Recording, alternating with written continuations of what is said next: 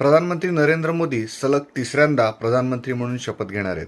बहुमताचा आकडा हासिल केल्यानंतर राष्ट्रपती द्रौपदी मुर्मू यांना त्यांनी सरकार स्थापनेसाठी सांगितलंय आणि आता त्यांचा शपथविधी हा राष्ट्रपती भवनामध्ये होणार आहे. 9 जून रोजी संध्याकाळी 7 वाजता हा सोहळा पार पडणार आहे आणि यावेळी प्रधानमंत्री नरेंद्र मोदी हे शपथ घेणार आहेत. सोबत 30 मंत्रीसुद्धा शपथ घेण्याची शक्यता आहे.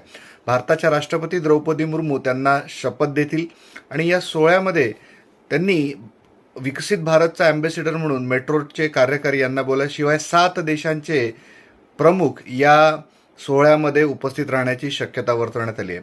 भारताचे माजी प्रधानमंत्री पंडित नेहरू यांच्यानंतर नरेंद्र मोदी असे प्रधानमंत्री ठरले जे तिसऱ्यांदा शपथ घेणार आहेत.